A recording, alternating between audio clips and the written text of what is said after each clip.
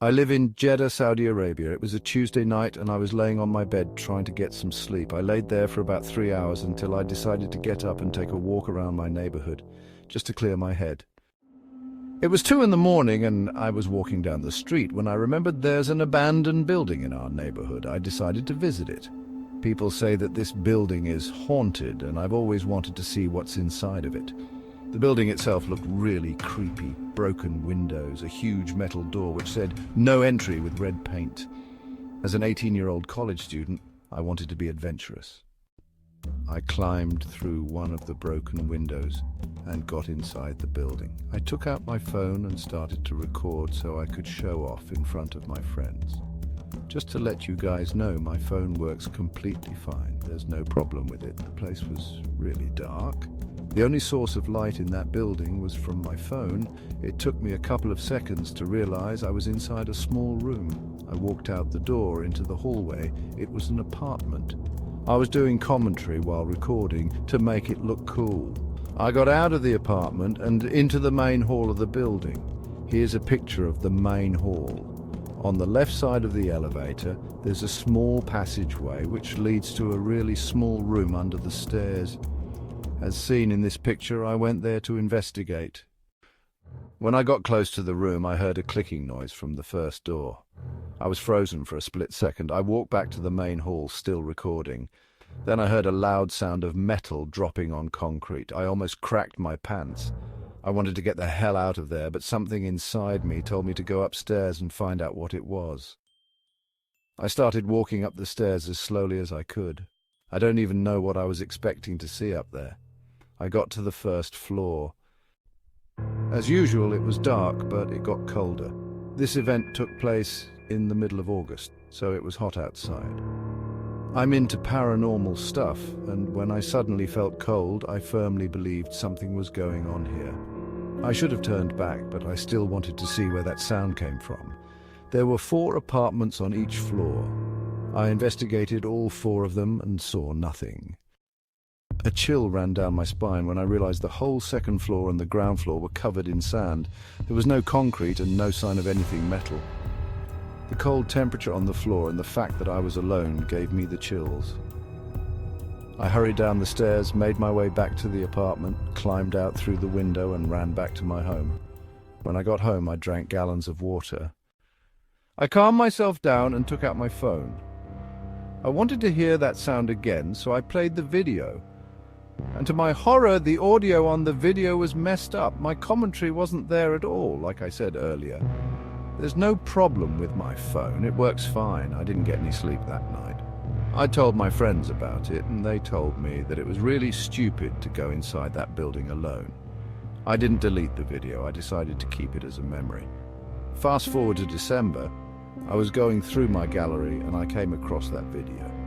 I decided to play it. I fast-forwarded to the part where I heard the sound.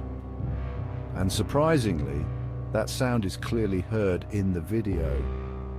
I don't know how it could be heard clearly, but here's a small clip from the video. I got goosebumps and closed my phone. I promised myself not to go near that building ever again. Let me start out by saying I was a non-believer of the paranormal until this night. I was with 4 buddies. I won't list any names for safety reasons. We went to hang out and talk in an old, supposedly haunted trailer late at night. The owner and multiple people who lived there all told me that it was haunted by demons. And me being the new guy to the group, I needed to be initiated. This initiation consisted of walking into the haunted back room. I did as they said after they convinced me and walked in and then quickly ran out. My friends thought it was hilarious and went to prove to me that it was all not real. And saw blood on the floor and thought for sure someone had been stabbed. Then I saw 3 police officers and a paramedic team strapping the friendly girl down to a stretcher while she was screaming and thrashing. I went to ask my friends what happened and they looked exhausted. They said her eyes rolled back into her head. She started growling and bleeding heavily from both nostrils. She attacked some of our friends, yanking their hair and biting them like an animal. This girl fought off 3 6-foot-tall, fairly muscular guys by herself. Keep in mind, this girl is probably 5'1", 110 pounds. and was possessing superhuman strength, all while screaming at the top of her lungs.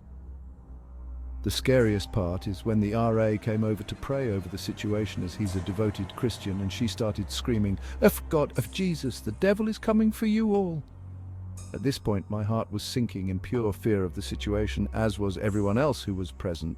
The emergency responders said they had never seen anything like this. Even if she was possibly drugged at the party, I was able to capture a roughly 20-second video of her screaming in the dorms. You can't really see her as the paramedics are in the way, but if you listen closely towards the end of the video, you can hear her scream, "They're coming for you all! They're coming for you next!" Last I heard, she woke up with no memory of the situation, but is in a very dark place at the moment. This is the video that was captured. I love you. In my small town, there's not much to do, so my friends and I make the best of it. In the winter, we sometimes throw snowballs at cars. This was after we got done ice fishing. One day we went to my house and decided it would be fun to throw snowballs at cars for a while. Usually no one would get too angry as they were just snowballs, but one person got really mad at us. My friend Drake decided to throw a snowball at one more car, and he told me to record. He hid right under the back passenger side. It sounded like a hard hit. We stayed there for a second, laughing until he slowed down and eventually threw it in reverse. When we got home, we took off our jackets and sat down to watch the video I just took. But we were interrupted by this sound. I froze in my seat. Then again, I didn't think this guy would find us, but still, I turned off the lights. My dogs went crazy. Drake and I are 14. We don't get scared that easily, but this was freaking us out. We hid in my bathroom in my room and turned off the light. We actually laughed, thinking he would leave in a couple minutes. Our friends thought we were joking, so we took videos of him still pounding on the door. Our friends thought it was funny and calmer, but we didn't find it amusing anymore. We thought we were in danger because he wouldn't leave. So I called my mom, who was at the Walmart about 10 minutes away. She sounded more like she was angry at us for throwing snowballs at cars than concerned that someone was banging on the door. She said she would call one of the neighbors to come scare him off, then she hung up. It felt like an eternity before he stopped banging on the front door, but only a couple minutes passed, and then the banging sounds came from a different door. Then it hit me that I didn't lock that door and he could easily come in. Then I got a disturbing call from my mom telling me one of the neighbors said she could see a deranged-looking man, possibly drugged out, looking through my room's window and the front door window. We sat there for as long as we could and decided to make a plan to get the .410 shotgun in my mum's room, load it and then make a break for it. But when we entered my mum's room to look for the gun, we saw his face at the window, his hairy, withered-looking face, and we screamed and ran. Drake had the idea to blast a police siren sound on my speaker in my room, so we ran to set the speaker up. While doing so, we heard the back door open, the one which was left unlocked. Drake managed to get the siren sound effect to play on my speaker, and that apparently worked as we heard him leave through the same door he entered. Moments later, one of the neighbors, Paul, rang the doorbell. I let him inside, and he stayed with us and waited for the cops and my mum to get there. We explained everything. The cops and my mum all said we shouldn't have been throwing snowballs at cars like that, obviously, and that we got lucky that they showed up when they did. My advice is to never mess with people like we did. You never know who you're dealing. I went behind them to record and see if we could get any proof of the demon. My friend went to open the closet, and that's when I got spooked by a loud, audible crash in the closet and ran away. My friend thought it was hilarious and, after more convincing, dragged me back inside the house to record him. My buddy and I got outside of the trailer to rewatch our footage, and what we caught scared me beyond belief. Dude, I just heard something in the closet. Yup, yo, bro. Oh my, hey, what the heck? Oh my, dude, I saw it. Get the heck out of there, dude. And the closet opening and closing loud. Knocking and windows being tapped on. All the while I captured orbs outside of the room while I was outside waiting for my friend to come back out. I heard the trash cans rattle and immediately called my friends out. We didn't see them move, but a little later on we had things thrown at us from an unknown place. I had a live bullet tossed into my leg and one more land inches away from my buddy's leg. I have it on video. You were making that... Wait, if you're there, then who's throwing... Huh? I just came back from smoking with Roy. Yeah, they just passed by. I took a hit and they kept walking. We have actual proof of that ghost. Eventually we went to get out after I practically dragged my friend into the car, only to have our car alarm go off as we opened the car door. When we got home, my buddy showered and said his back hurt, and when I checked, I saw he had multiple scratches up and down his back. It was a normal evening. My best friend and I decided to go for a walk. It was around 10 o'clock in the evening, so it was as dark out as it was going to get.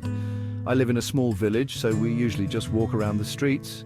There weren't many people out at this hour. We were kind of just walking and talking. A little while into our walk, we started to head home. We went up some hill, which led to the little town area and the only store we had in our village. But as soon as we came up the hill, we saw a weird-looking figure in the distance. It looked like an abnormally tall woman covered in a sheet of some sort, and it had its neck tied with a string or a rope.